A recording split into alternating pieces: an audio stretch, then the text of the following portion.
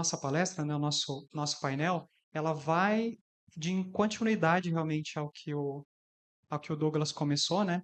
Era uma introdução realmente para poder passar a reforma como um todo. E agora o nosso papel é de estar passando para vocês aqui de uma maneira um pouco mais eh, em formas de cenários mesmo, em forma um pouco mais na prática do impacto que a reforma vai ter no segmento do transporte, né? Então, a maneira da apresentação a gente vai seguir com um estudo de caso, onde a gente fez a montagem, nosso time técnico de tanto da parte tributária quanto da parte gerencial, nós montamos um estudo com compilado de vários negócios. Então, a gente montou um estudo, um cenário hipotético de transporte, né, uma operação mista, né, para poder tratar como que seria ali o comportamento do reflexo da reforma, já pensando nela 100% implementada, tá? A gente não tratou aqui da questão da implantação nos momentos de transição, tá? Então a gente vai ter que sim os momentos de transição, como o Douglas bem explicou no painel anterior. Nesse caso aqui, a gente já vai pensar já no 2033, já 100% implementado, porque aquilo já é o final. Então, a gente sabe que ao longo do período, né, dos anos que vão passar a partir de 2026, a gente vai ter ali um incremento ano a ano dessas participações. E eu acho que é isso que também que facilita um pouco em relação à adaptação, né? Principalmente essa questão que o Faisal levantou em relação à questão do crédito, do prazo de pagamento, ou seja, a gente vai ter que ter fluxo de caixa para sustentar esses momentos da reforma da implementação, né? Então, é um momento em que, se fosse uma virada 100% para agora, eu tenho certeza que as companhias não estariam preparadas para isso. Da forma como está sendo planejada, como vai ser um movimento escalonado, ano a ano, cada ano diminui um pouco, aumenta o outro, né? Já vai implementando imposto novo, vai fazer com que a gente tenha aqui a adequação ao longo do tempo desse fluxo de recebimentos e pagamentos.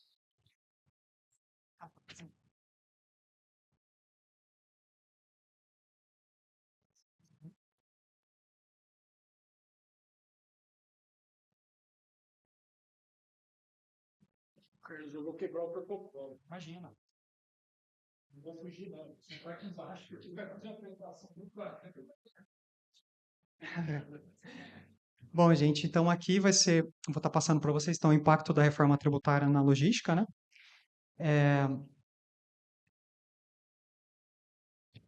Introduzo para vocês aqui o tema para viabilizar e encontrar oportunidades de crescimento e geração de caixa, né? Porque o foco realmente principal aqui é pensando na geração de caixa, na recomposição de resultado após a implementação da reforma, né?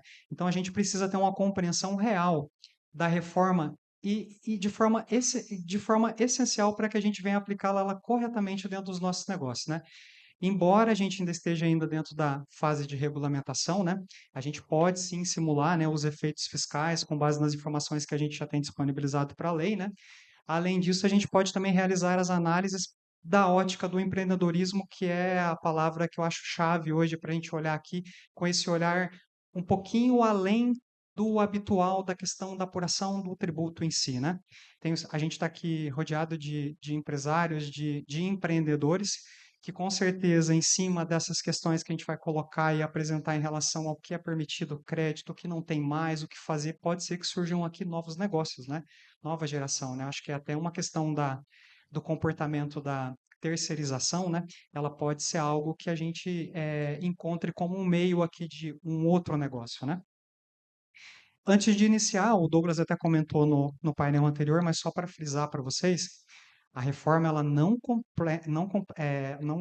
contempla, tá, o imposto de renda e a contribuição social, tá? Então, imposto de renda e contribuição social a gente continua ainda apurando nos dois regimes normais do lucro presumido e do lucro real, segue normalmente, tá? Então, isso não tem impacto nenhum, tá? O impacto em relação ao imposto de renda e contribuição social nesse momento é zero. O impacto vai ser em relação ao que vai acontecer em toda a apuração de cima para chegar na apuração do IR e da CS, tá? Vou começar pelas principais mudanças. Aquilo que o Douglas já tiver colocado, já colocou e apresentou no segundo, eu vou passar rapidamente para a gente não se ater a isso e focar realmente nas questões de ordem mais de quantitativas em relação às simulações de cenários, tá? Então, a gente deixa de existir, então, o PIS, COFINS e o IPI, né? Exceto Zona Franca de Manaus, e entra a CBS. O ICMS e o ISS ele deixa de existir e passa a existir o IBS. O regime de apuração, tanto do IBS quanto do CBS, é a partir do princípio da cumulatividade plena, tá? E o que que é a cumulatividade plena? Tributos pagos ao longo da cadeia gerarão créditos imediatos, inclusive pagos na aquisição de bens do ativo fixo, máquinas, equipamentos, veículos e fornecimento oneroso de bens e serviços, inclusive na forma não habitual utilizados na atividade econômica, como geração de energia elétrica, materiais administrativos e serviços de telecomunicação. A única coisa que a gente já viu aqui, o Douglas bem explicou, o caso de bens de serviços de consumo, aquilo que não está ligado exatamente na operação, como é o caso do aluguel que ele comentou aqui, o aluguel de um diretor, que é o benefício para ele, não é para a empresa, então aí realmente não teria o crédito. Do restante, é uma ampla gama de créditos. Era a promessa do PIS e do COFINS antes, tá? Que não se realizou agora com a reforma tributária com IBS e CBS, passa a ter essa ampla gama de créditos. Aqui a gente começa a falar um pouquinho em relação aos fins dos incentivos fiscais, e aqui a gente vai ter alguns impactos grandes na operação de transportes, algumas coisas que vocês vão falar, "Oh, mas deixa de existir isso não existe mais." Eu até confesso que eu mesmo, na hora que estava simulando e fazendo, fui falando com o Dr. Vitor, com o Douglas, com a doutora Flávia, tirando foto, falando com eles, realmente discutindo sobre esses pontos para mim, que não fazia muito sentido aquilo deixar de existir, né? Mas era realmente uma mudança de paradigma da lei, né? Realmente nada será como antes em relação à parte dos tributos. Como o Douglas também falou, realmente a gente tem que reaprender a trabalhar na parte tributária, né? Com a introdução do CBS e da CBS, né, diversos incentivos fiscais deixarão de existir. E até para ser um pouco mais prático em relação a esses incentivos, focando aqui na questão do transporte, né? Um exemplo que a gente tem e que muitos de vocês têm a operação. Operação de transporte de ordem estadual interna, transporte na Bahia interno, transporte em Minas Gerais, são transportes que hoje não são tributados pelo ICMS e vão passar a ser tributados pelo IBS. Então aqui a gente já tem algo que não tem mais aquela questão de ordem interna em relação à não tributação.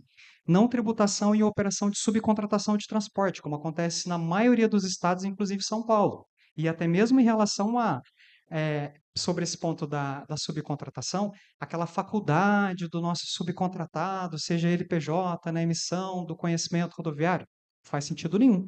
Com certeza que a gente vai ter a emissão do CTE para esse caso, né? É diferente do caso do aluguel, que era algo, que era uma atividade que não tinha, não era um contribuinte de ICMS e de ISS, por isso que não existia ali a emissão da nota fiscal, né? A gente ainda não sabe qual que vai ser o documento fiscal que vai cobertar uma operação de aluguel, mas nesse caso aqui, em relação ao transporte, fica claro que é o conhecimento rodoviário. E até por isso, até conversando com a nossa equipe técnica essa semana agora em discussão no escritório, eu já estava já orientando e falando para eles pegar realmente no pé dos clientes para as operações de subcontratados, tanto aqueles que já emitem hoje, que são pessoas jurídicas, né, como até mesmo para operação interna. Tem muitos transportadores aqui grandes que prestam serviços como subcontratados para vários outros players e às vezes ainda não emitem ainda o conhecimento rodoviário. Né? A gente sabe que aqui a gente tem o quê? O benefício do ICMS, mas os outros tributos todos são tributos, a cadeia tributada dos federais, né? Então, já é um momento da gente já começar a readequar, ajustar o mercado para justamente essas coisas que a gente já consegue já fazer hoje, eu não preciso deixar isso lá para o ano que vem, na hora que começar a reforma de fato, né?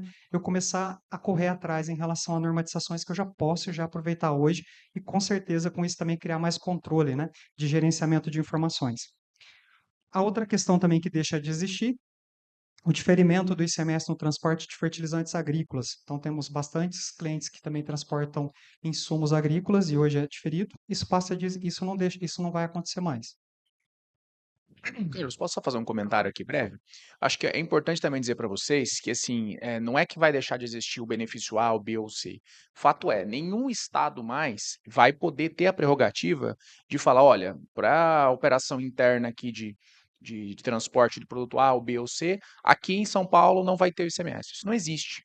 Tá? Agora, qualquer benefício de IBS, por exemplo, ele vai ter que ser concedido em âmbito federal. Então, assim, os estados vão ter que se reunir e vamos definir, olha, então para esse produto aqui hoje, vamos fazer um incentivo, um diferimento, uma isenção, uma suspensão, tá? E tem que ser nacional, não dá mais para existir isso de o estado A, o estado B.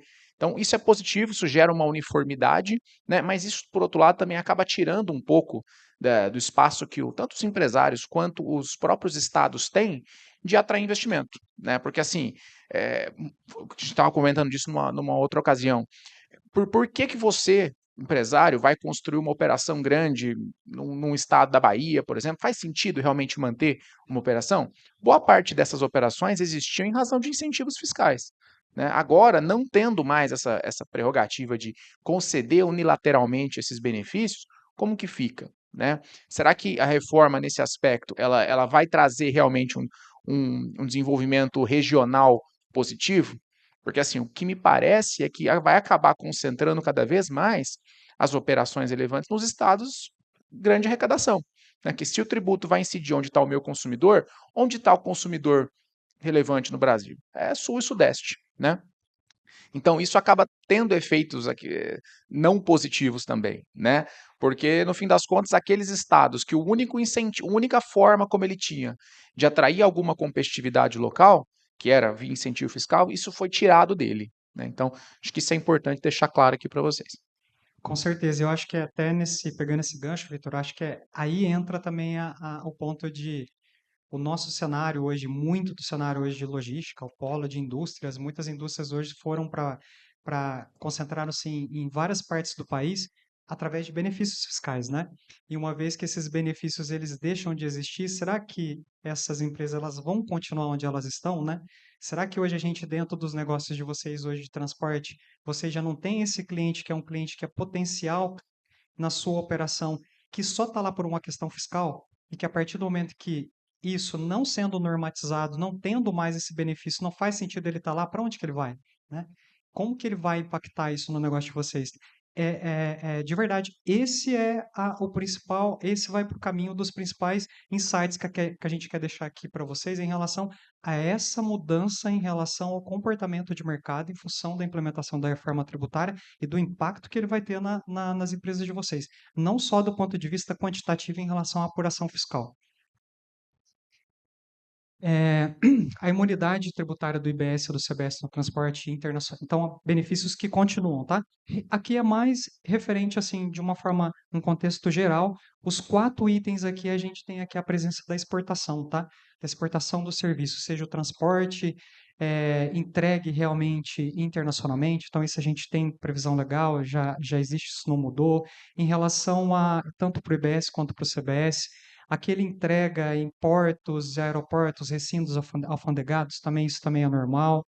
Continua ainda vai continuar não teria tributação do IBS e CBS nessas operações. A isenção da CBS na exportação de produtos e serviços, né? A isenção da CBS nas prestações de serviço destinado à exportação contratada por preponderante exportador, né? Então, aqui são pontos que isso continua dentro da operação sem a tributação do IBS e da CBS. Certo? Particularidades sobre os créditos do CBS e da IBS, né? Então, nas operações aqui, a gente tem as operações que, primeira coisa, o crédito é um crédito, como o Douglas já falou lá atrás, só reafirmando, é um crédito financeiro. Então, para que a gente realmente aplique ele dentro da nossa apuração, o meu fornecedor tem que ter feito realmente o pagamento daquele imposto. Se ele não pagou, eu não tenho crédito. E se ele não pagou na totalidade, eu vou ter o pagamento só da parcela que ele pagou, né? Enquanto não houver a quitação, a gente não tem aqui esse crédito por completo para utilização na nossa escrita, né? A apuração com base reduzida para determinados segmentos. Então, nem todo segmento, tá? Nem toda a operação, ela é tributada 100%. A gente tem várias operações que terão bases diferentes de apuração do IBS e da CBS. O exemplo da locação, que passa a ter uma base de 70%, transporte de passageiros, base de 50%, consequentemente, eu não posso ir lá. No cenário que eu fiz aqui, fizemos aqui os cálculos para vocês, já foi aferido já em cima do crédito, do limite de crédito que aquela contratação pode gerar, e não do 100%, tá? Então, hoje a gente está acostumado, na hora que a gente tem a a análise do PIS e do COFINS, da apuração, de pegar o total do crédito da base da aquisição e aplicar as alíquotas. Nesse caso aqui, não, eu tenho que pensar na visão do crédito financeiro, daquilo que realmente aquele parceiro foi tributado, que é o crédito que ele vai gerar para o outro lado. O crédito acumulado sobre impostos sobre o imposto recolhido, não mais sobre o custo da aquisição, que é o que eu acabei de falar. Limitação da compensação conforme o débito recolhido na cadeia anterior, também está totalmente ligado ao ponto de cima. Operações que não geram crédito, tá? Transações com pessoas, aqui começa a ficar a parte complicada para a gente no transporte.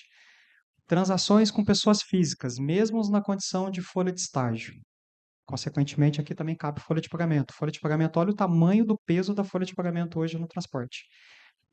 Aqui está um dos grandes pilares de diferença a hora que a gente compara com os outros players da indústria, do comércio, em relação ao peso de uma folha de pagamento no setor de serviços.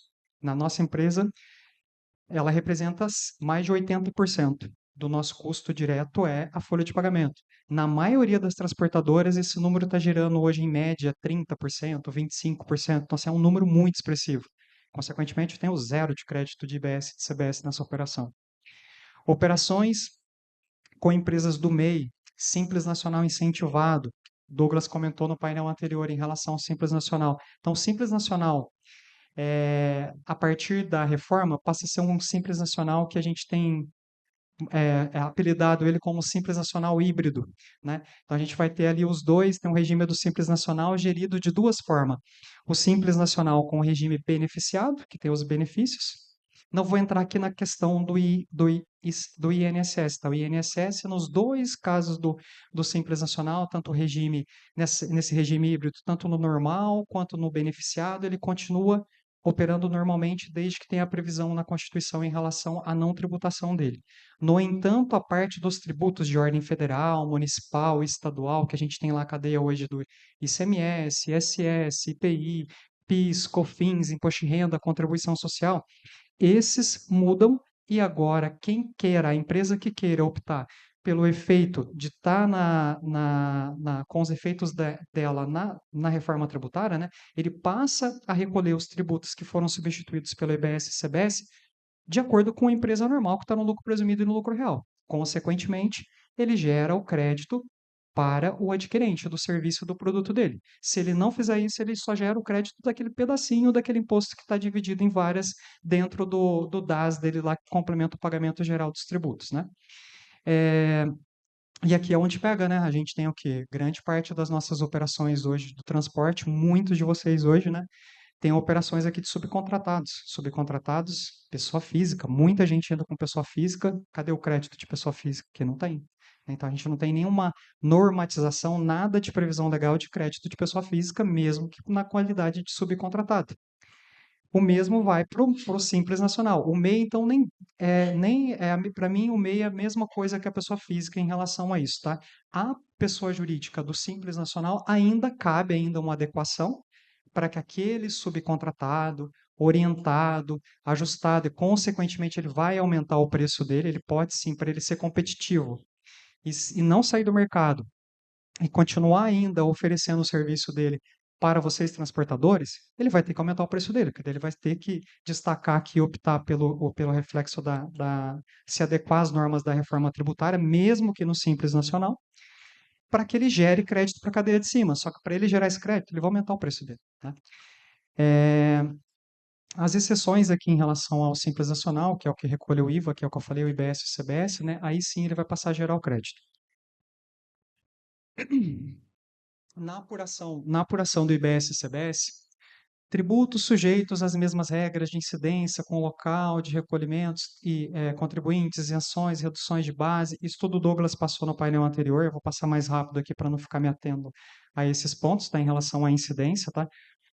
O IBS terá especificações diferentes baseadas na composição de parte do tributo municipal, estadual, podendo ter alíquotas diferentes de consumo, de acordo com a UF que ele tiver instalado, né? Então, o IBS, nunca a gente vai ter aqui uma alíquota fechada, única no geral. Sempre vai pensar, principalmente no transporte, como o serviço foi prestado em que local, né, que está o meu consumidor. É ali que está a origem, então, dependendo daquele estado, ele tem uma alíquota fechada e única, né, porque ele não pode baixar, é uma alíquota geral para todos, né? E aí, então, a gente vai ter algumas na apuração é um pouco mais analítica, diferente do CBS, que é uma alíquota única, fechada, porque é um tributo gerido pela Federação Federal. Carlos, posso só fazer um comentário nesse Claro. ponto? Isso é um ponto-chave aqui que vai gerar alguma complexidade que o governo promete uma solução integrada para facilitar, né? Porque hoje, como o Douglas também adiantou, se nós temos um serviço de transporte, a gente vai tributar no local de início dele, né? É simples assim. Agora não. Agora você imagina, eu presto um serviço para 25 estados, por exemplo, e 3.000 municípios. Então eu vou ter que saber a alíquota de cada município, a alíquota de cada estado e inclusive precificar, né? Porque pode ser que seja 1, 2, 3% de diferença de um local para outro, até mais, né? E isso acaba gerando complexidade. A promessa é que tenha um sistema integrado em que eu vou colocar qual é a cidade do destino e esse sistema vai saber qual é a alíquota vigente, dado que, repito, a alíquota vai ser uma só para todos os bens e serviços. Não vai ter uma alíquota diferenciada para o serviço A, para o serviço B, para a remessa A, remessa B, tá? E aí esse próprio sistema vai te dizer, ó, então a soma aqui é tanto, tá? Também é importante dizer para vocês que vai existir uma alíquota de referência. Até o Douglas trouxe isso. No âmbito federal, isso vai ser única, né? Claro, porque é uma única alíquota para todos os bens e serviços. No âmbito estadual e municipal, o Senado Federal vai editar uma resolução que vai colocar uma alíquota de referência. Referência, eles vão fazer os cálculos para manter a arrecadação atual dos estados e municípios. Os estados e municípios vão ter a faculdade de aderir a essa alíquota. Isso vai ser discutido nas respectivas assembleias estaduais e municipais.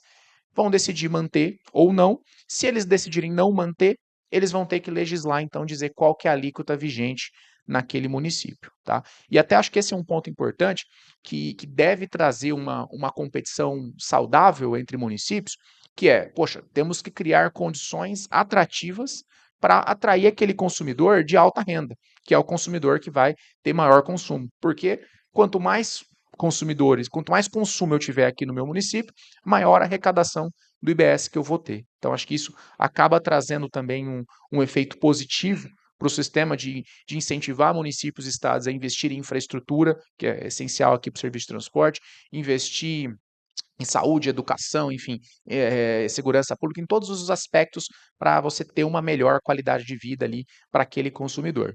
Por outro lado, também, claro, tem o lado ruim, que é aqueles locais que já são mais marginalizados, que já têm um índice de qualidade de vida menor, uma questão de educacional mais complexa, tendem a sofrer ainda mais danos, né? Porque se a arrecadação que eles receberão dependerá do consumidor, se ele só tiver um consumidor de baixa renda, qual vai ser a renda que realmente vai ficar para ele? Né? Então, acho que esse é um ponto complexo, a gente depois vai ter que pensar, né, enquanto política pública, de como equacionar. Porque, de novo, acho que isso acaba gerando concentração de recursos naqueles estados chaves. Uma outra detalhe também da apuração é a apuração por fora, né? Assim, a gente está acostumado a apurar hoje os tributos, incluindo, né, as alíquotas dentro. O caso do ICMS, por exemplo, a gente pega uma operação paulista, 12% de alíquota, divide por 0,88 e chega lá no frete cheio e tributa, manda esse, passa a ser o nosso valor de faturamento e, consequentemente, ali tem, e também nessa conta já está incluso também o PIS/COFINS, né? Com a reforma isso muda, tá? Então, assim, não tem mais, é o meu preço do meu serviço, a partir dele eu apuro os impostos. Deixa de existir a modalidade da apuração aqui do PIS/COFINS, né, no modelo de apuração cumulativa, né, que é aplicada nas empresas do transporte hoje no lucro presumido. A gente tinha esse regime aqui para algumas atividades, ele poderia, independente do regime fiscal dele, se era lucro presumido ou real, ele operar pelo regime cumulativo, mas o transporte era vedado essa opção, né?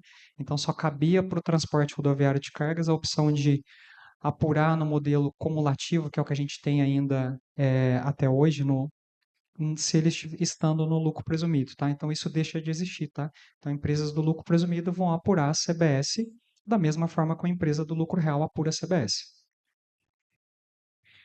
Aqui eu fiz um cálculo só, é como se fosse uma demonstração de uma apuração de um cálculo de um conhecimento rodoviário, né, de transporte, né? Uma operação aqui onde a gente tem o valor do frete, né? E em cima dele a gente tem ali já inclusão da alíquota do ICMS, do PIS/COFINS, né? onde a gente chega aqui numa receita líquida de 13.967 a partir de um frete bruto aqui já com os impostos inclusos aqui de 15.918. Consequentemente, aqui eu tive uma receita líquida de 13.917, impacto líquido de impostos quase R$ 2.000. Fazendo esse recálculo, simplesmente sem aplicar nenhum tipo de reajuste para o nosso cliente hoje, vamos imaginar que a reforma começou hoje. Plantou 100% a partir desse mês, preciso fazer essa nova operação e eu não fiz nada em relação a uma questão de repasse de valores para o meu cliente sobre a oneração que eu vou sofrer. Então, a base de cálculo para apurar o meu IBS e o meu CBS passa a ser o valor total da minha prestação de serviço, sem impostos. Então, o valor da minha operação ele reduz, né, da minha receita ele reduz.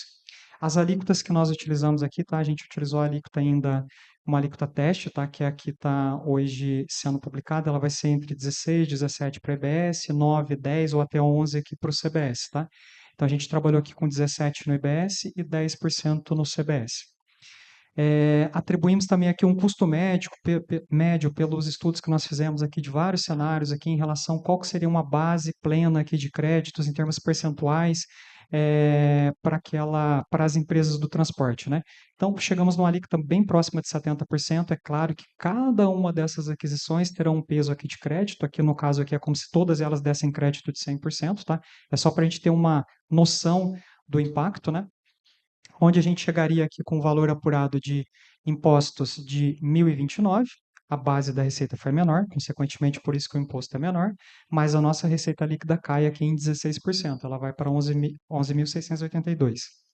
E aqui já é o mesmo caso, já com o impacto, tá, de um reajuste. Esse reajuste de 13%, vocês vão ver ele mais na frente, que foi o estudo de caso que nós fizemos, onde é para readequar o negócio no geral, entre todas as receitas, os custos, despesas, um DRE padrão gerencial de uma empresa de transporte, para ela recompor a margem dela, ela teve que fazer um reajuste de 13% ali de suas operações, né? Então aqui eu apliquei esse mesmo entendimento e praticamente não foi algo é, é, direcionado, tá? Foi em separado no cálculo que a gente fez, eu cheguei praticamente no mesmo, o percentual praticamente ele fecha. Então a gente continua aqui com a mesma margem, né? Tipo, eu chego com praticamente com a mesma receita líquida do primeiro cenário, que é o atual, no cenário de reajuste, passando 13% de aumento para o cliente. Sobre o período de transição, essa parte o Douglas já passou no primeiro painel. A gente teve lá a, a emenda constitucional desde 2023, depois a gente teve 2024 as discussões dela, trâmite de aprovação, esse ano agora a publicação da lei, né? A partir de 26 a gente tem ali o período já de teste, como o Douglas disse também, desde que a empresa vai ser 1%, tá? 0,1% de IBS, 0,9% de CBS. O CBS é que vai ter um peso um pouquinho maior, desde que a empresa cumpra realmente assim, com o intuito aqui do Estado aqui é de realmente fazer com que as empresas já pratiquem a reforma tributária, tanto na escrita, nas apurações, e até mesmo ele vai dar o benefício da empresa nem se preocupar com o recolhimento desde que ela cumpra com a obrigação acessória. Isso foi novidade porque até o ano passado não tinha essa previsão, tá? Até o ano passado realmente teria que recolher esse 1% e compensar ele no PiscoFins. E aí, como o Douglas também comentou, caso não tenha o PiscoFins, vai compensar com o quê? Até por isso que houve essa adequação, né, de deixar, caso a empresa fazendo a parte dela, cumprindo com a obrigação acessória, ela não teria ali que fazer aquele desencaixe, mas ela tem que cumprir com a entrega. É para não ter aquela, igual a gente passou vocês lembram do E-Social, o parto que foi para implementação, anos e anos de discussão. Eu vejo a reforma tributária em termos de normatização, de sistema, com a mesma complexidade ou até maior, tá? Então, por mais que é um assunto que já está sendo discutido há bastante tempo já, acredito que não vão adiar em função disso, por isso que existe esse regime de transição aqui, até mesmo ele já colocando essa situação de não ter o pagamento desde que haja a entrega da obrigação, acho que já como uma faculdade de tempo, até mesmo para ter maturidade da própria Receita, né? Trabalhar, o próprio governo trabalhar com essas informações, a gente tem ali o ano de 26, que seria realmente um ano de ensaio para implementar. A partir de 27, a gente já começa a reforma na prática mesmo, né? Então, a gente já vai ter aqui o CBS sendo implementado, saindo o PiscoFins.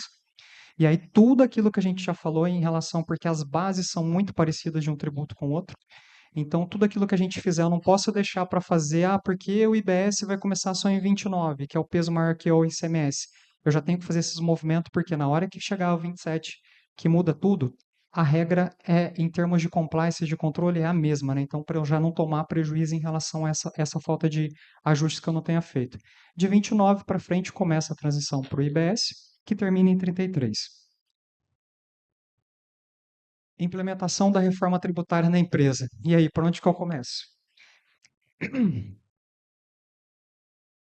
A gente, analisando esse tema, eu vi que, preliminarmente, a gente tem aqui algumas grandes frentes que, até sem conversar com o Douglas, mas bateu muito com a apresentação dele. Isso é legal quando você não fala sobre o assunto e depois você vai ver o entendimento do outro especialista e fecha 100% com aquilo que você estava já pensando, né?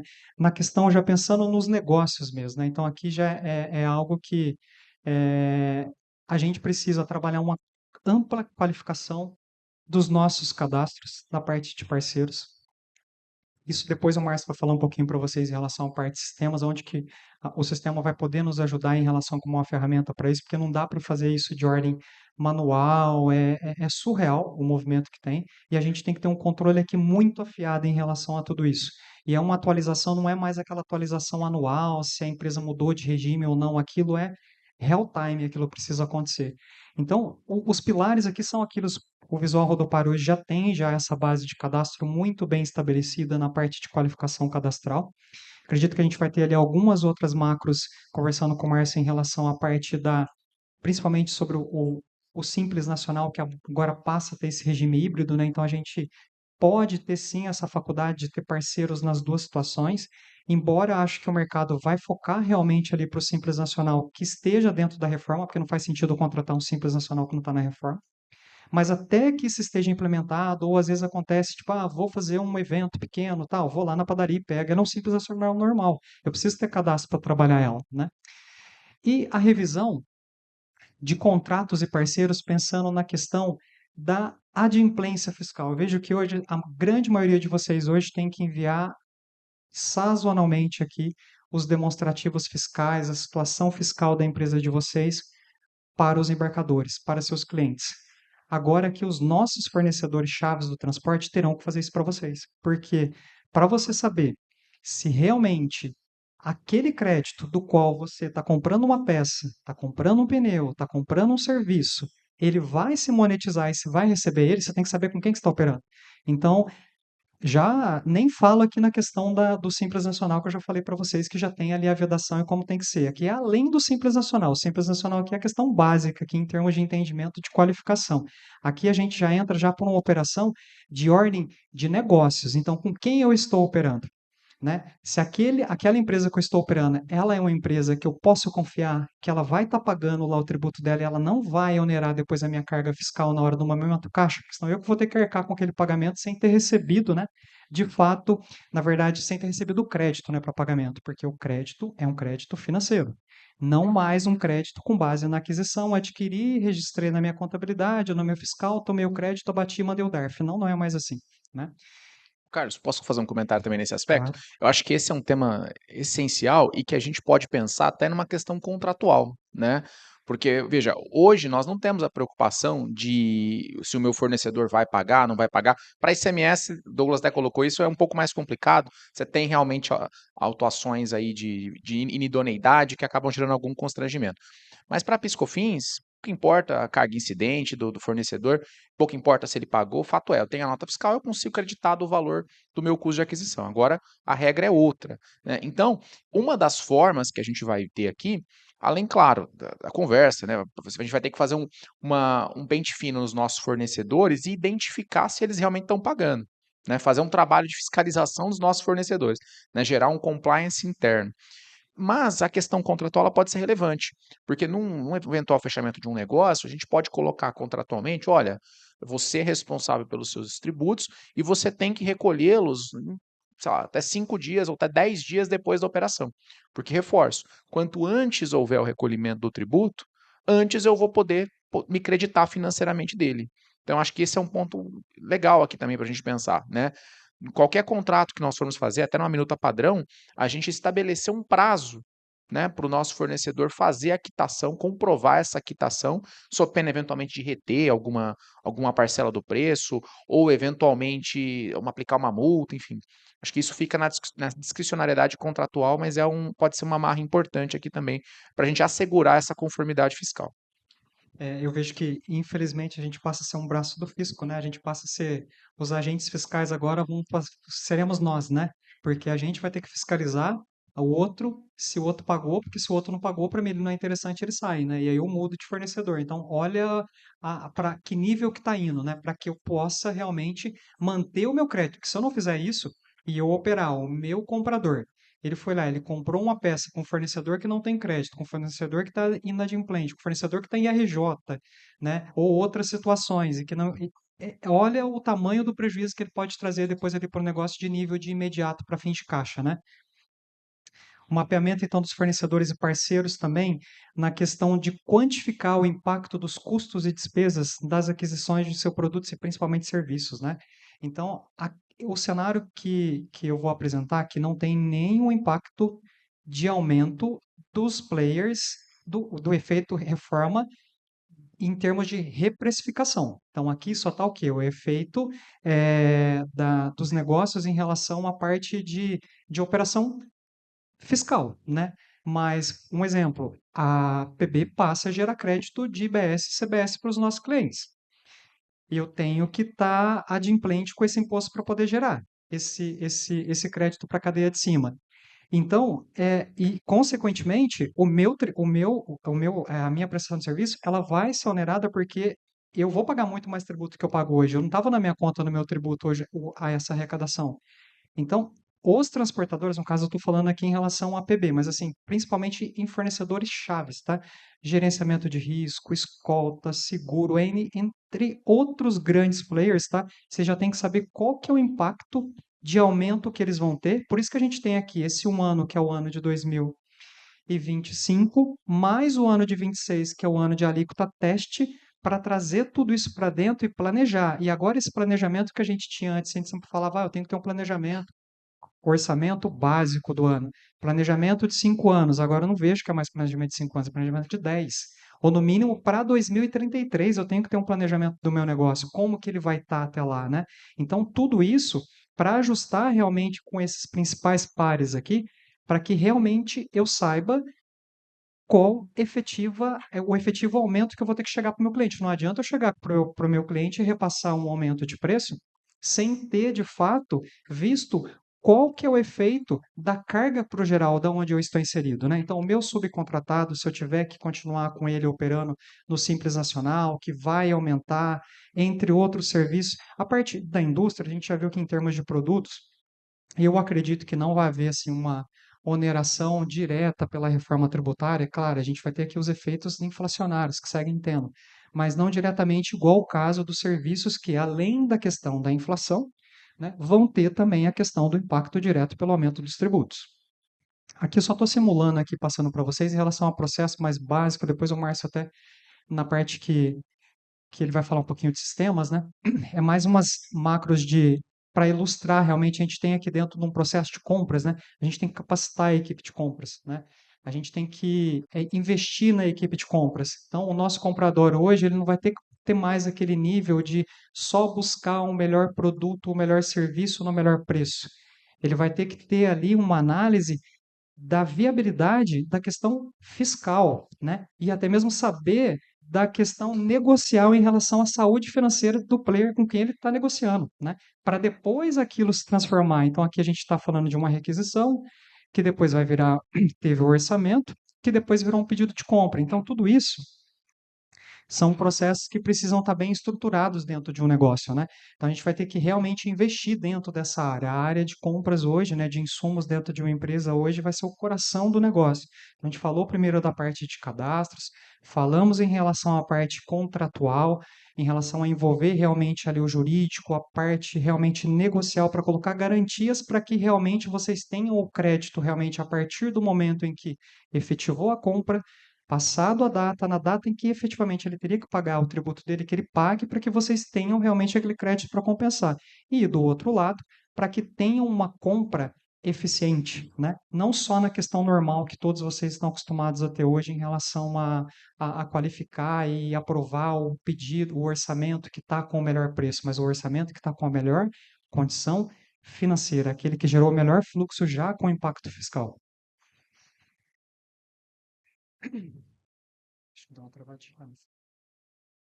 Ah, tá. E, por fim, né, passando por toda essa parte aqui de qualificação, pensando na reprecificação, a gente chega aqui em relação à parte de ajuste realmente de preços, né, de tabelas, é onde que a gente vai ter que vir, tem tanta alteração em relação ao modelo do cálculo que vai mudar, então não é mais aquele cálculo por dentro, questões de ordem, as questões de ordem técnica em relação à nomenclatura, apuração, tudo isso o sistema vai estar operando, fazendo, isso eu acho que isso é algo que é bem prático, a preocupação não é essa, a preocupação é o que vem antes, como fazer para que na hora, para que eu venda realmente da melhor forma, para que eu faça realmente a emissão do meu faturamento refletindo realmente a carga da qual realmente eu estou impactado, tanto na questão de reprecificação dos meus fornecedores, quanto principalmente da questão tributária, do efeito do aumento dos tributos.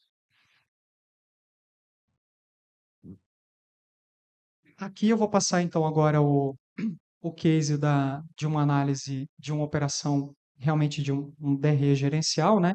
Aqui algumas premissas sobre esse negócio, tá? Então, assim, é uma operação de transporte, 100% transporte, tá? A gente não fez cálculo aqui com uma operação de armazenagem, tá? Mas, em tese, a análise vai pelo mesmo sentido, a gente vai ter que trabalhar isso aqui caso a caso, negócio por negócio, tá? E as alíquotas utilizadas realmente já dá, sim, para a gente trabalhar, a mudança disso é muito pequena lá no final, então já dá para a gente ter uma direção do que fazer e até mesmo para a gente já colocar isso já em prática, tanto com os nossos fornecedores, como até mesmo já deixar isso já movimentado com os clientes, né? A gente sabe aqui, acompanha com vocês aqui no dia a dia, a dificuldade de passar aumento para os clientes, então já trazer esse assunto para a mesa, para tratando sobre isso já se faz necessário, tá? Essa transportadora é um faturamento de 119 milhões no ano, subcontratação representando 20% de subcontratação na operação, uma folha de pessoal de 15% pela receita, 15% de combustível, 4% com manutenção de frota, já incluso já serviços, peças e pneus, tá? 20% em renovação de frota e a base do ano foi o ano de 2024.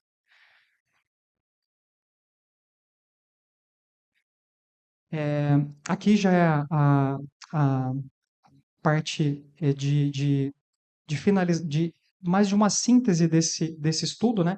Então, aqui eu dividi em 3 cenários, parecido com o que eu fiz no cálculo do frete inicial, tá? Então, a gente tem aqui o cenário de 2024, onde a gente chega aqui com o EBITDA de 27 milhões, representando 24 milhões aqui de EBITDA, né? Para um faturamento bruto de 130 milhões, quase 131, mais a base de frete era 119 milhões. O peso dos impostos nesse primeiro cenário que é o realizado foi de 9%, isso só concentrando aqui a questão do PIS e do COFINS, tá? Que ainda é o cenário 2024. E resultado líquido 11 milhões 369. Aí o cenário 2, o que eu fiz? Foi simplesmente igual fiz projetei para vocês no caso do frete. Um recálculo simples, aplicando a reforma, não tendo mais tributo por dentro, qual que seria o impacto disso? Desastroso. A gente tem aqui o faturamento, ele vai para 119 milhões de faturamento.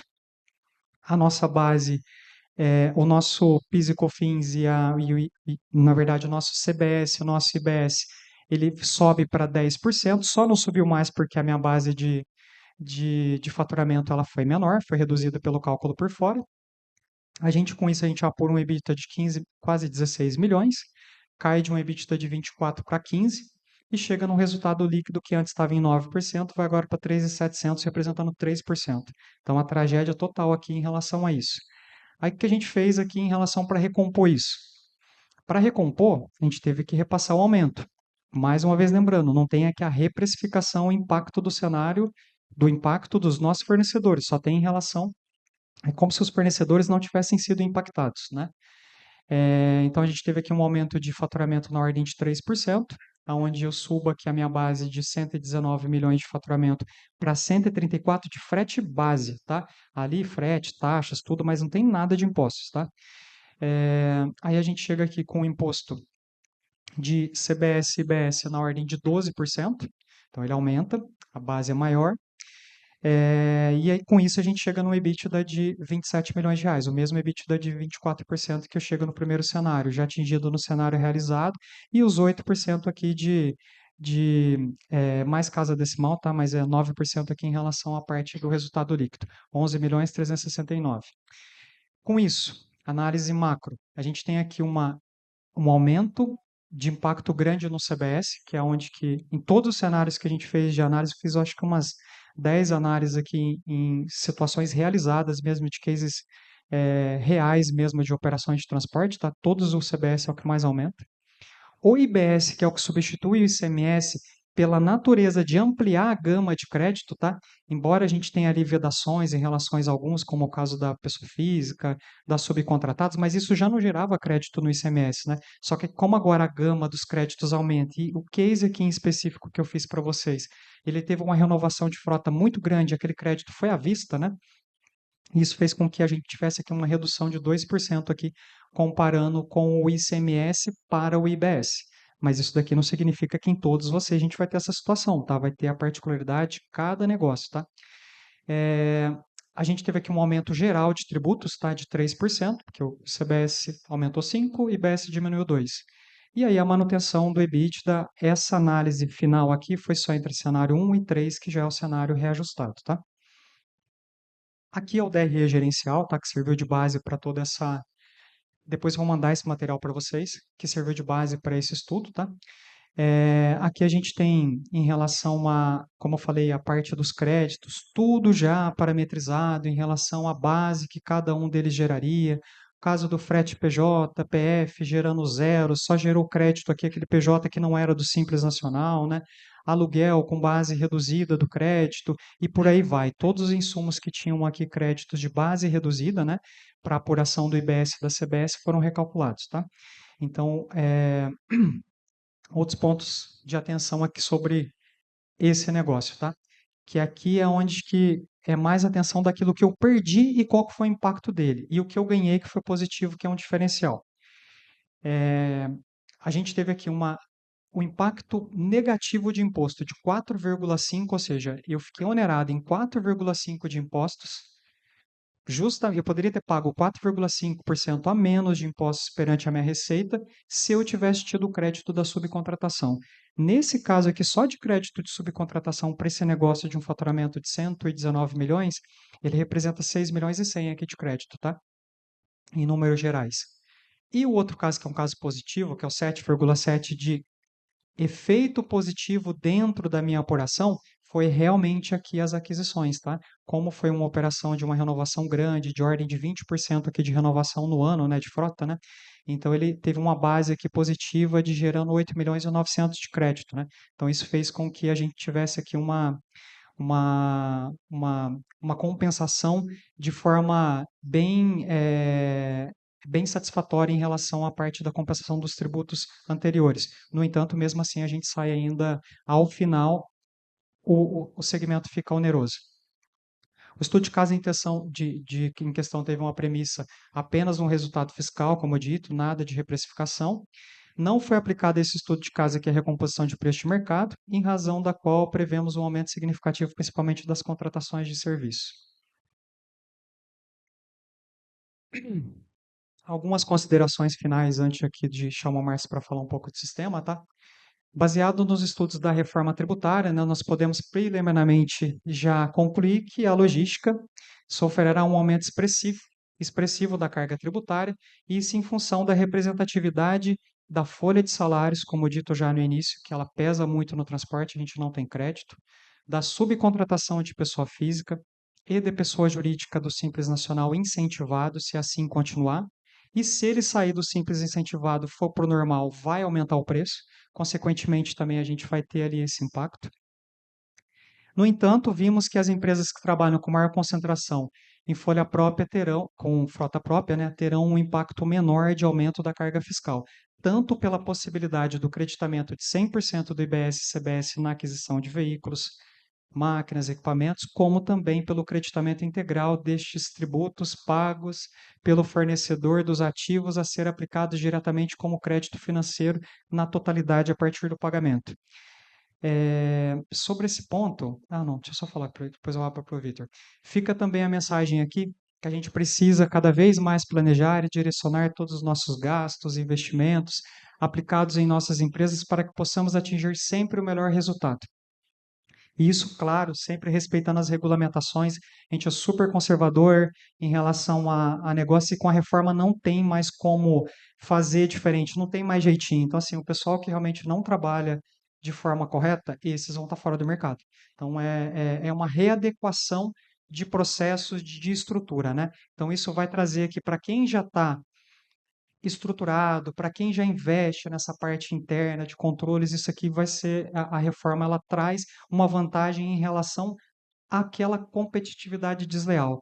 Aquele que se financia com imposto, que não paga, que tem atraso. Então aqui agora acaba, deixa de existir isso, porque o mercado ele vai exigir esse pagamento, né? Como eu estava dizendo, vocês vão fiscalizar os fornecedores, os clientes de vocês vão fiscalizar vocês. Diante de uma carga tributária tão elevada, não podemos nos permitir errar nas negociações com fornecedores, com clientes, na precificação, pois é ali que nascem os movimentos financeiros que resultarão na geração de caixa e no crescimento dos nossos negócios, né? Eu queria pedir para o Vitor falar um pouquinho para vocês, como eu comentei aqui sobre a questão do peso da renovação da frota, né? O Douglas também comentou no painel anterior sobre a tributação disso, numa pergunta ele acabou falando, né? Acho que seria importante comentar, porque na revenda de ativos, né, de veículos, a gente não tinha aqui o pagamento do ICMS, do ativo, nem de PIS e COFINS, era só o ganho de capital do IR da CS, que continuam normalmente, como eu disse lá do início, IRPJ e CSLL não mexe nada por enquanto, né? Não tem impacto sobre isso, mas a CBS e o IBS teria tributação sobre essas revendas. Então é só para a gente ter uma noção de como que ficaria isso, tá? Ele está um pouco mais tem mais informações que vai poder passar para vocês e dividir sobre isso, tá? Legal, acho que pegando um gancho anterior com um grande mercado, que as pessoas pegam temas que são controvertidos e começam a compensar no dia seguinte, né? Dá como premissa que o crédito existe, compensa e depois espera. Receita, se um dia autuar, eu vou me defender, enfim, faz esse caminho. Isso gera uma competição desleal, né? Porque assim, a pessoa que está pagando da forma como a Receita entende, não tem como competir com essa pessoa que às vezes tem 4, 5, 10% de uma margem aí agregada a menos, né? Então, isso vai acabar, como o Carlos está comentando aqui. Porque agora, ou você joga o jogo, ou você está fora do jogo. Tá? Essa competição desleal que ela acontece hoje, com geração de créditos indevidos ou controvertidos, isso não vai mais existir. Pelo menos assim, a tendência é que isso se reduza de forma bastante significativa. Tá? Bom, passando para o segundo ponto que o Carlos trouxe, a questão da revenda, esse é um ponto super relevante aqui também. Certamente vai ser mais tratado, porque nós temos aqui na lei complementar somente 2 artigos que tratam dessa transição, tá? Adiantando para vocês um racional. Fato é, se eu adquirir um ativo no regime atual, né, em que ele foi tributado pelo ICMS ou ele foi tributado pelo PIS/COFINS, se eu revendê-lo já na nova sistemática, vai incidir a tributação e, claro, somente sobre a diferença, né, se tiver um excedente aqui. Tá? Por outro lado, na outra sistemática nova, né, se a gente tiver uma situação de que eu adquiri um ativo, ou eu vou tomar o crédito 100% integral, e aí, claro, na revenda eu não vou poder eu vou ter que destornar esse crédito, ou eventualmente não ter a tributação na venda, né, dado que eu já aproveitei ele integralmente, ou o regulamento pode estabelecer de forma diferente, tá? Mas, de novo, esse é um tema que ainda nós temos 2 artigos e certamente vai ter uma regulamentação bastante exaustiva para falar disso. Fato é, nós temos aqui uma oportunidade para eventualmente fazer aquisições de ativos nessa nova sistemática, gerar um creditamento muito mais rápido, do que existe hoje, que a gente tem um 48, né, como regra para fazer esse aproveitamento, vai gerar imediato, né? Então, pode até ser uma estratégia que o pessoal do agro, por exemplo, já usa bastante, né? Para fins de imposto de renda, vai chegando o final de ano, fala, poxa, tenho aqui uma sobra, uma tributação. No agro, você tem o benefício da depreciação acelerada, então eu vou lá, adquiro aquele bem e tomo o crédito de forma integral logo nesse primeiro momento, reduz a minha base tributável, né? Então, eu acho que um planejamento desse vai acabar sendo viável aqui também no setor de transporte na nova sistemática. E até mesmo pensando na questão da eficiência desses veículos novos em operação, né? Então, o veículo novo e até tem um período ali de utilização dele no negócio em que o custo de manutenção é muito baixo, ele consegue atingir as médias no abastecimento, né? Coisa que o veículo usado, quanto mais tempo ele fica na empresa, mais caro vai ficando a sua manutenção e o consumo do diesel também ele já não consegue ter a mesma performance. Então, aqui, a gente conseguindo trazer um benefício fiscal importante como esse que está acontecendo aqui agora. Não seria um benefício fiscal, mas pela regra, pela movimentação, ele acaba, em tese, comparando com hoje, ele acaba sendo um diferencial positivo, né? E ainda aliando a ele nas questões de ordem operacional, em questão de negócio, eu acredito que passa a ser que é um grande diferencial para que a gente passe a pensar se não é um modelo do qual eu tenho que me estruturar, trabalhar para que a minha empresa passe a trabalhar dessa forma, a operar dessa forma, porque aqui a gente une uma questão de vantagem fiscal e também da questão operacional que tanto pesa hoje nos resultados, né? Gostaria de chamar agora o Márcio para poder falar um pouquinho para vocês sobre as questões realmente do que a gente esperar aqui para a parte de sistemas, que vai ajudar tanto aqui na adequação da reforma tributária. Bom, acho que eu já cumprimentei todos lá no início, né?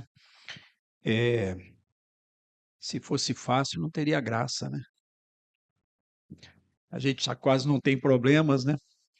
É, talvez tenha uma ou outra empresa aqui que não é cliente nosso, mas eu acredito que a maioria, eu acho que todos são, mas talvez tenha um ou outro que não. Então, vocês convivem no dia a dia lá com o Rodopar e com o nosso pessoal fiscal, que ajuda vocês em muitas coisas. O Edilson mesmo está aqui, né? O Luiz e tal, né? E eu estava, assim, já tem algum tempo que a gente está lendo tudo isso e nós estamos vendo quais são os reflexos disso, né? Então, existem coisas que ainda são um pouco imprevisíveis. Eu digo isso porque alguns clientes nos procuram e dizem o seguinte: pô, o que vocês já fizeram aí no sistema para a gente saber quanto que vai, né? É, a gente está aqui assim, o tic-tac do relógio está lá e tem coisas a serem feitas ainda a nível de legislação, e estamos falando ainda do Congresso, e aí depois as regulamentações. E isso, a gente que conhece bem os trâmites ali em Brasília, sabe como isso funciona. A Receita já está lá, Mansuelo, com certeza, que tem uma cabeça fantástica, já está olhando todas essas coisas aí e vai vir a regulamentação, mas aí virão as exceções. E a gente que está no setor de transportes há algum tempo, né? Isso é demérito, tá? Não é mérito nenhum, é demérito por causa da idade, né? Então, Faisal, a gente está há algum tempo, eu pensava que o seguinte, nós já passamos por algumas reformas, não tão complexas quanto essa.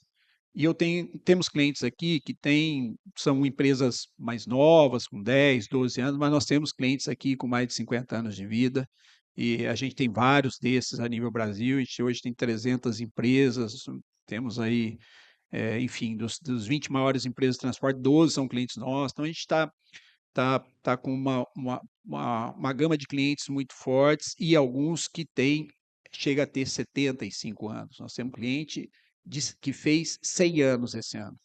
Tá? E aí já passamos por algumas reformas. E uma delas, esses que têm o demérito, como eu tenho, da idade, vão se lembrar, por exemplo, quando nós passamos do ISTR para o ICMS. Então, nós tínhamos lá atrás, desde 1967, ICM e ISTR. Então, o transportador pagava ISTR, e os demais de compras e vendas pagavam ICM. E depois a Constituição de 88 nos trouxe o ICMS, né? Então, no S ali acrescentou-se também o transporte, além de petróleo, comunicações, telecomunicações, algumas coisas, energia elétrica e tal, né?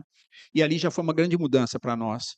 Porque da mesma forma que agora a gente está vendo essas sistemáticas de débitos e créditos aqui, lá também a gente teve que fazer. E aí veio um facilitador que foi o outorgado. E aí houve uma pergunta aqui sobre o outorgado, e só complementando o que foi falado aqui, o outorgado ainda depende de decretos estaduais, certo? Então, tanto que esse ano, agora em janeiro, levaram um susto. Teve vários clientes nossos que me ligaram, falando assim, ó, poxa, o governo do estado de São Paulo não renovou. Eu falo, não renovou, né? Então não vai ter o outorgado. Eu falei, não, calma, o Tarcísio está viajando, está de férias, ele vai voltar, e isso e realmente foi o que aconteceu, mas deu palpitação no monte de gente. Literalmente, teve gente que me ligou e falando o valor. Falou, não, o valor era tanto, eu não tenho condição, não está na minha conta. Eu estou contando com isso, né? Então, existem outras discussões que ainda serão feitas. Eu acredito que muitas das coisas vão ser judicializadas, e uma delas é essa transferência da responsabilidade. É muito difícil para a gente ficar falando para o outro assim, tá bom, então quero ver se você pagou imposto para eu poder me acreditar. Aí quando fala que houve uma pergunta aqui sobre, não, mas e se eu fizer o parcelamento lá, o fornecedor, tá, fez um parcelamento. Ele fez um parcelamento, não é do nosso, ele fez um parcelamento do montante, que era lá, sei lá, 100 milhões, ele parcelou em 100 parcelas de 1 milhão. Ok, e quanto que é o do nosso nisso aí? Então, assim, gente, eu falo com ele, quando eu falo com o pessoal em Brasília, e aí tanto os técnicos quanto a parte legislativa, se vocês falam que elefante vai voar, e nós temos que fazer o elefante voar depois. Então, isso é um grande problema e nós estamos no meio disso. Para o transporte, quando a gente fala de reforma, estamos falando dessas coisas aqui, mas existem outras coisas da reforma que já estão vindo e que não faz parte do assunto de hoje. Mas isso aqui é uma que está batendo diretamente, reoneração da folha. Isso já é uma reforma do transporte, concorda? Então nós estamos com ela, não só no transporte, no setor, nós estamos aqui falando de transporte, ok? É o que eu entendo, é o que eu faço, nasci numa boleia, vocês conhecem a minha história. E aí, essa questão da reoneração, por exemplo, e voltando para os exercícios todos que o Carlos fez aqui, se a gente tem 20% caindo de um lado e 25% subindo do outro, vocês sabem dessa conta aí, tá? Não vou entrar nos detalhes disso, porque não é o assunto de hoje, tá? A gente já tem que fazer a conta seguinte: quanto que eu tenho que aumentar na minha terceirização, por exemplo, para eu poder pagar a mesma coisa que estou pagando hoje? Estou falando em valores nominais, tá? Se eu pago 1 milhão, eu quero continuar pagando 1 milhão. Como é que eu faço para continuar pagando 1 milhão, né? Então eu tenho que reduzir a minha folha. Quem tem folha muito pesada, quem tem poucos motoristas, que trabalha muito com terceirização, por exemplo, a oneração dele vai ser menor do que quem tem muito motorista, certo? Então, essa conta ela tem que ser compensada no outro lado. Aí, voltando para o que o Carlos falou agora, tá bom, então eu vou terceirizar uma parte. Terceirizar com quem? Pessoa física, jurídica, o que eu vou terceirizar? Porque pela frente aí, gente, em teoria, passou tudo para regime de caixa, com a ressalva de que, se o outro não pagar o imposto, o meu regime do caixa não valeu, ok? Então, em teoria, tá? Vai ter um monte de coisa no meio disso, mas em teoria é isso, ok? Beleza, tá bom. Agora, e os terceiros? Mesmo que for pessoa jurídica, já pensou o terceiro pagando imposto e a gente controlando isso? Ok? Então, por que eu estou fazendo esse primeiro à parte aqui? Tem muita coisa que não adianta a gente sofrer por antecipação. Ainda não dá para saber, tem muita regulamentação a ser feita e tem muita gente que vai ainda fazer alguns ajustes por conta de forças que tem. O agro é um deles, e aqui vai um alerta para vocês. Eu sempre achei que o transporte rodoviário de cargas é muito mal representado, e não vou entrar nessas coisas porque não me apraz falar sobre isso, tá? Mas uma das coisas que a gente ficou de fora, e a gente tinha conseguido lá atrás, que é o 75% de crédito em cima de pessoa física, isso saiu fora, ok? Por isso que aqui o Carlos falou talvez vocês não tenham entendido ali o final lá, porque ele não falou em todas as palavras, mas é isso. Então a gente fazia o seguinte: tudo que é pessoa jurídica, a gente faz que a gente subcontrata, a gente vai lá e acredita 100%, independente dele ter emitido um documento contra nós de subcontratação, ok? E aí Não, e agora é a segunda parte, certo? Então, independente dele ter mentido contra nós, a gente acredita. E no Simples Nacional e no Pessoa Física, a gente acredita 75%, certo? É assim a nossa vida, certo? E é boa. Estou falando para efeito de PIS, COFINS, tal, não de ICMS, porque não tem ICMS, ok? Tá? O ICM é uma outra discussão que é pior ainda, que se o crédito do diesel que foi para ele lá é meu ou dele, porque no estado de São Paulo tem uma regulamentação diferente, porque a consulta tributária respondeu uma coisa que no meu entendimento está errada, mas ninguém questionou, e está lá, né? Mas voltando aqui, então estou fazendo essa parte para dizer para vocês o seguinte, não dá para a gente fazer ainda muita coisa em sobre determinados assuntos ou determinados pormenores disso que está aí. Mas outros já dá. O primeiro deles, o Carlos falou um pouco sobre cadastro, sobre compras, tal. Eu vou falar isso de uma forma mais ampla. Nós precisamos ter uma cultura melhor administrativa, organizacional nas transportadoras. A transportadora sempre prioriza operação. Então, quando você olha os cadastros, e eu olho lá no nosso sistema, às vezes, quando a gente vai fazer uma auditoria de cadastros, a gente olha o jeito que foi preenchido aquilo lá, é um horror. Horror. E aí, quando a gente vai falar com empresas, esses dias eu falei com uma que fatura 1,5 bilhão por ano, e ele falou: mas você quer que eu ponha um funcionário bom lá para fazer esse negócio de entrada de nota? Que entenda fiscal, do ponto de vista fiscal? Fiquei pensando comigo, 1,5 bilhão de faturamento por ano, ainda tem esse tipo de questionamento? Sabe? Então, nós lidamos com isso, nós da Tapar lidamos com isso o tempo todo, assim como a PIB também lida com isso o tempo todo, ok? Tá? Então, primeira coisa, nós precisamos ver dentro hoje, isso já dá para fazer agora, gente. Essas coisas, quando vocês mudarem lá, não vai mudar nada na apuração dos impostos. Se eu chegar lá, por exemplo, uma coisa simples aqui, o Carlos falou sobre a questão do simples. Está aqui, ó. Tá? Isso aqui, só isso a gente já colocou lá no Rodopar, já há algum tempo. Você não tem, antes você tinha só simples, agora a gente coloca lá se é o simples incentivado, tá lá. Alguém revisou os cadastros? Alguém foi olhar os clientes? Né? Quantos fizeram isso? Então, começa por essa parte cadastral. Quando o Carlos falou de uma outra parte que também é importante, que é a questão das aquisições agora, e essas eu ainda penso que a gente vai ter novidades nessas regulamentações, tá? Em relação ao que se acredita, ao que não se acredita, tá? E eu estou falando de incentivo de alguns. Não vou falar incentivo, que não vai ser muito bem essa palavra agora, mas enfim, vai ter algumas diferenciais, vamos falar assim, ok? Para algumas coisas. Então, talvez algumas coisas a gente não consiga fazer ainda. Mas melhorar a qualidade do nosso pessoal, entendimento do nosso pessoal ali nessa parte de compras, para entender mais da parte fiscal, isso é importante. Então, por exemplo, e aqui eu não vou defender que isso seja um ponto da PIB, tá? Mas vocês pegam hoje, todo o problema fiscal está lá para a PIB. E será que tem que ser só deles? Porque não é neles que nascem os cadastros, nasce com a gente. Não é neles que nasce a entrada da nota, nasce com a gente.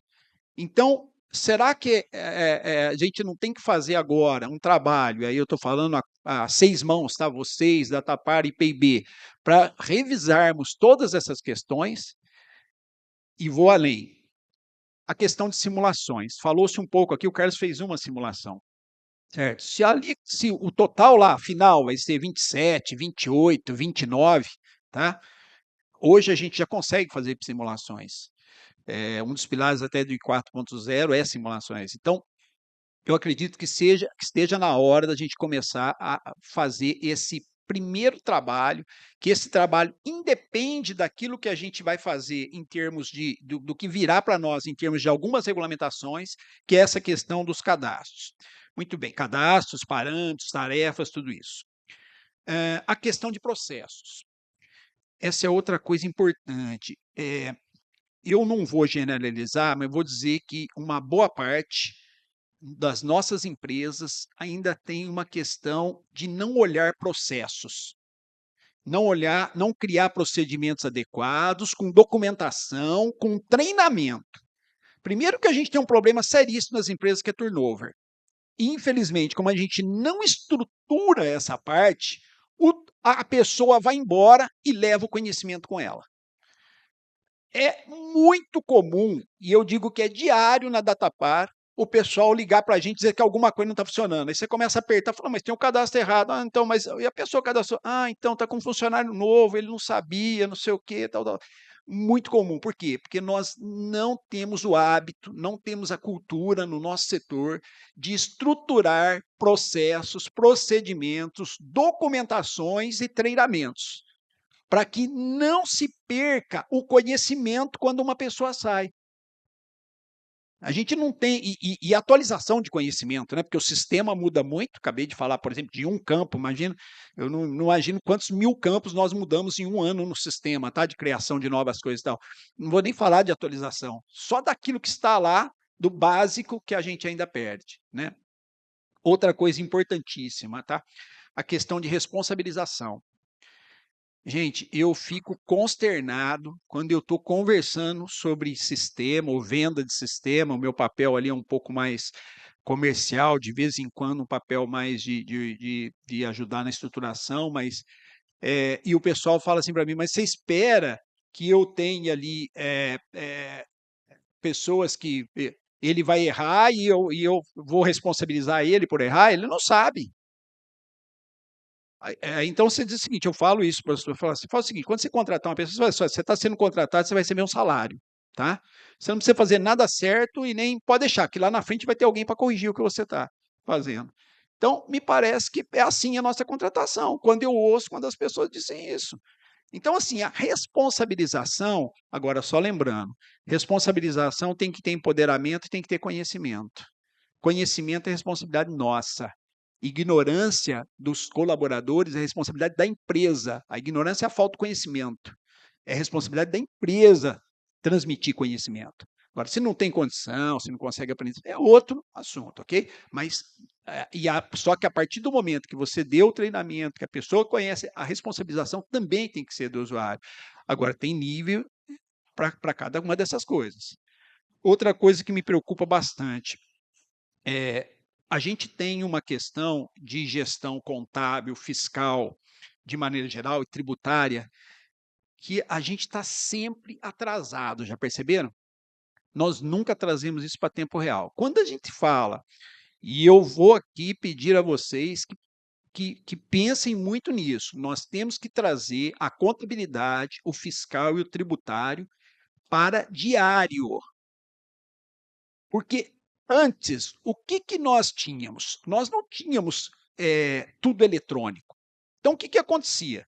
A empresa, e aí volta para os nossos deméritos de idade, né? Então, você, dia 5, dia 10 do mês subsequente, você estava faturando coisa do mês anterior. Você estava fazendo CTRC, porque não era CTE, do mês anterior, sabe? Então, esperava chegar a viagem com a CT para depois fazer o CTRC para 10 dias depois, que já tinha terminado o mês. Entende? E apurava os impostos para pagar lá no dia 30. Né? Isso tudo acabou. Vocês sabem que no imposto de renda pessoa física, você vai lá fazer o imposto de renda, e se você fizer o imposto simplificado e pedir para ele fazer o cálculo, você faz o cálculo e ele aparece umas coisas para você que você fala assim, pô, nem eu lembrava disso. E ele te traz praticamente melhor do que o que você fazia. Por quê? Porque as informações já estão todas com a Receita. Vamos lá. Alguém de vocês aqui vende uma coisa que primeiro, antes de você fazer a venda, que a Receita Estadual e o Fisco Federal já não deu autorização para fazer? Para vender, vocês têm que fazer CTM, DFE, eletrônico. Ele só vai autorizar se tiver tudo certo. Antes de você fazer a venda, ele te autorizou ou não. E a sua compra, não é assim? A hora que você comprou um produto, a nota fiscal. A nota fiscal, primeiro, ela vai ser autorizada ou denegada. Ou seja, o fisco sabe o que você comprou. E o fisco já há algum tempo criou aquelas questões de planos de contas referenciais para que ele faça aquele DRG que o Carlos mostrou aqui, ele já tem como fazer. Nós acabamos de comprar agora o segundo computador mais poderoso do mundo para a Receita Federal do Brasil. Vai ser montado aqui nos próximos meses, tá? Então ele vai ser trazido em etapas e vai ser montado aqui. Para que vocês acham que eles comprariam isso? Para fazer joguinho? É para usar a inteligência artificial para cruzar as coisas de forma mais rápida. Então, quando chega 0 hora, quando chega 1 minuto do dia 1º de cada mês, a Receita Federal e as receitas estaduais agora tem uma exceção, que é desotorgado ou não, que agora vai acabar, com tudo isso que nós estamos fazendo vai acabar, ele vai dizer quanto você tem que pagar de imposto, ele vai saber o que, que é, ele sabe se recebeu ou se não recebeu o imposto, muito antes da gente consultar, se vamos fazer o pagamento pelo banco, ele sabe, porque ele sabe o que você comprou, ele sabe o que você vendeu, ele sabe as suas bases. Hoje ele tem bases mais complicadas, essas questões municipais estão sendo já ajustadas, a partir de, por exemplo, de SPEDs dos municípios que eles não tinham, agora eles têm que fazer, a questão dos XMLs, que agora o município, nós vamos ter um repositório de XML de municipal, nacional, assim como temos o do ICMS, o do CTES, do MDVE, ok? Das notas fiscais, ok? E eles criaram um padrão Abrasf, e os municípios vão ter que entregar no padrão Abrasf, independente de como eles fazem cada um lá, eles têm que entregar no padrão Abrasf, tudo. Tá? Isso já tem prazo para esse ano, para eles fazerem isso. Então a gente vai ter um repositório em que a gente vai conseguir ler lá qualquer nota fiscal de qualquer município, de qualquer parte do Brasil. Eu não preciso ir mais lá no município. Ok? Isso já está lá, está sendo montado, falta pouquinha coisa da parte técnica, isso já vai acontecer agora, já tem prazo para acontecer, ok? Então vocês vejam como eles estão centralizando tudo, e nós estamos falando de contabilidade fiscal e tributária se arrastando, a contabilidade entregue lá para o dia 15, dia 20, porque classificação errada. Volta para aquilo que eu falei agora há pouco.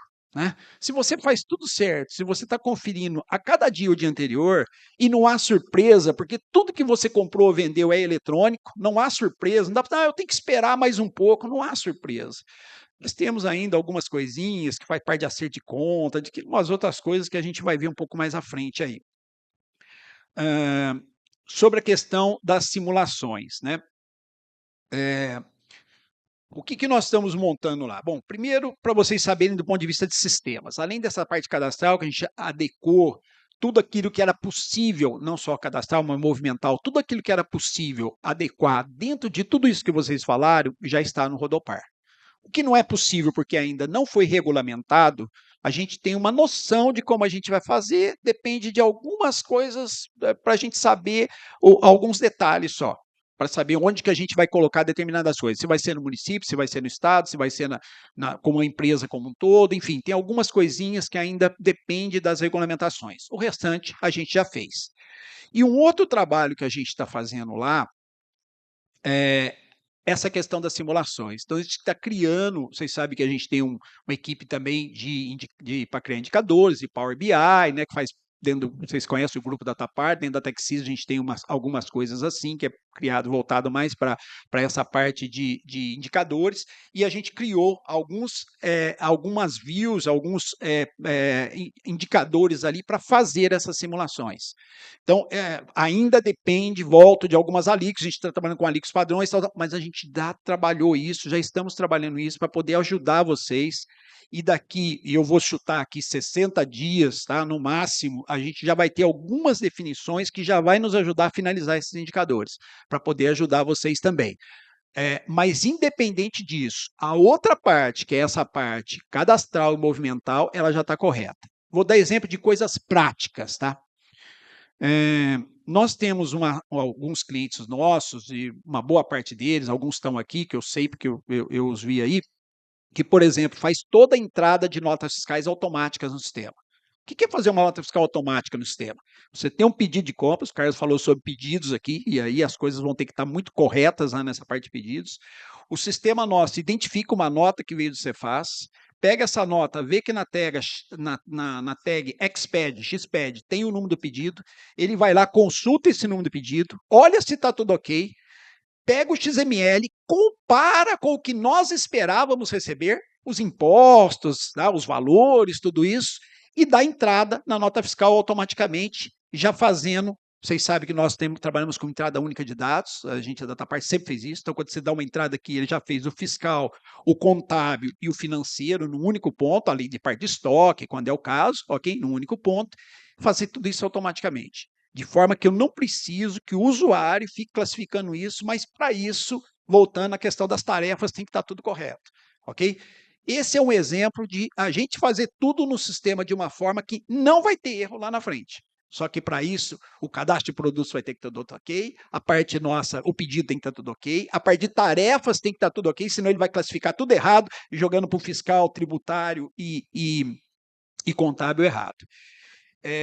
Outra coisa que a gente há algum tempo fizemos e que ainda há um baixo uso disso, a gente vai precisar agora, nós vamos ter que utilizar muito mais isso, o nosso módulo tributário. Então, nós criamos e entregamos a vocês, há uns 2 anos atrás, um módulo tributário. Por quê? Porque cada vez é mais difícil você fazer a apuração dos impostos. Então, a forma como nós fizemos, e a hora que vier isso aqui, a gente vai conseguir, e aí voltando, conseguir com uma vírgula, um parênteses aí. Nós vamos achar, é o crédito eu vou dizer que tenho. Agora, tem uma questão aí, se pagou ou não pagou. Porque é caixa. O governo está dizendo o seguinte, ó, eu vou receber, e ele já sabe quanto ele vai receber, baseado no PIB de agora, enfim, das formas de agora, ele sabe o que eu vou receber. Se eu vou receber porque esse aqui pagou, ou porque esse aqui deixou de acreditar, e se ele deixou de acreditar porque esse aqui não pagou, então ele não pode se acreditar, não me interessa. Transfiro responsabilidade e eu vou receber o meu. Em teoria é isso que vai acontecer, certo? Em teoria. Eu acho que isso vai ser judicializado, mas em teoria é isso que vai acontecer, ok? Tá? Isso tudo no sistema, a questão de créditos, a gente está pronto para fazer automaticamente para vocês. Literalmente, automaticamente e com extrato, já mostrando para vocês de onde veio tudo aquilo. Tá? Só para finalizar aqui essa parte, tem 2 coisinhas aqui que, enquanto ele estava falando, eu fui anotando e queria falar com vocês. Né? A questão eu vou usar isso como exemplo da exportação. Então, que você não tem débitos e tem créditos. Né? Ou seja, a exportação, vocês sabem, é uma parada, né, que a gente nomeou como Lei Candir e tal, né? Essa questão de você exportar e você não ter débito de alguns impostos, isso se estendeu aqui, mas do outro lado a gente tem créditos. Isso é uma grande oportunidade. Mas eu estou falando da exportação como um item. Nós vamos ter algumas outras coisas assim. Porque se desenvolveu determinadas coisas no Brasil, e eu vou dar um exemplo aqui no Espírito Santo, por exemplo, vocês podem ver que todo quanto as mulheres aí que compram sandálias da Schutz, está tudo no Espírito Santo, mas não está no Espírito Santo, eles estão lá só para nota, o negócio da troca de nota, certo? Não? Algumas dessas coisas, quando você vai desmantelar, existem alguns problemas um pouco mais sérios a serem resolvidos que baterá na parte social. Então, eu acredito, e aqui foi falado um pouco disso, não entrou exatamente no detalhe, mas um pouco disso. Eu acredito que essa parte ainda a gente vai ter alguns créditos aí, vai manter algumas coisas que pode ser uma oportunidade. A outra coisa, imagine, eu estava falando de créditos, eu fiquei imaginando no nosso dia a dia. Posto de combustível. A gente compra posto, quem faz via nacional, faz transporte para todo lado. Eu tenho muitos clientes internacionais, inclusive por transporte rodoviário internacional. A gente compra na Argentina, compra no Chile, compra num monte de lugar. Ok, tá? E aí você tem aqui já pensou você olhar cada posto que você comprou, cada nota fiscal que você recebeu, porque você recebe uma nota para cada abastecimento, e saber se o cara pagou o imposto daquela nota para você poder se acreditar do seu lado? Gente, nós não estamos falando de 10 postos, ok? Nós não estamos falando de 10 postos por transportadora. Eu tenho clientes que abastecem 300, 400 postos a nível Brasil. 400 postos não é 400 notas. Vocês já viram o tamanho do problema, né? Não preciso detalhar, certo? Então, enfim, esses desafios, eu, Ellen, Carlos, nos reunimos no ano passado e falamos assim, ó, temos que fazer alguma coisa. Certo? Não dá para deixar os nossos clientes, primeiro, na escuridão. Né? A gente também está meio que cego, que é cego, né? Mas um pouquinho a gente está enxergando. Primeira coisa é isso. Segunda coisa, e isso que é a mensagem para vocês do ponto de vista da Datapar, e eu já conversei com eles, PIB é a mesma coisa, né? E os parceiros deles que estão todos aqui, tá? Nós vamos atravessar isso juntos. Então vocês podem contar com a gente, mas pelo amor de Deus, não deixem para a última hora. Nós lá viramos bombeiro de plantão o tempo todo, certo? Não dá para ficar deixando para a última hora. Já que a Datapar está vendo, já que a PIB está vendo, existem rotinas operacionais que vocês vão se surpreender quando vocês conversarem com a gente no modelo que vocês estão hoje, para que modelo vocês têm que ir. E não se troca de modelo em um dia. Às vezes vocês vão ter que mudar muita coisa de treinamento, de processos, de compras, de fornecedores, tal. Não dá para mudar isso num dia. Então, nós estamos aqui para ajudar na travessia, mas não pode ser na última hora, tá? Vamos fazer isso junto a partir de agora, tá bom?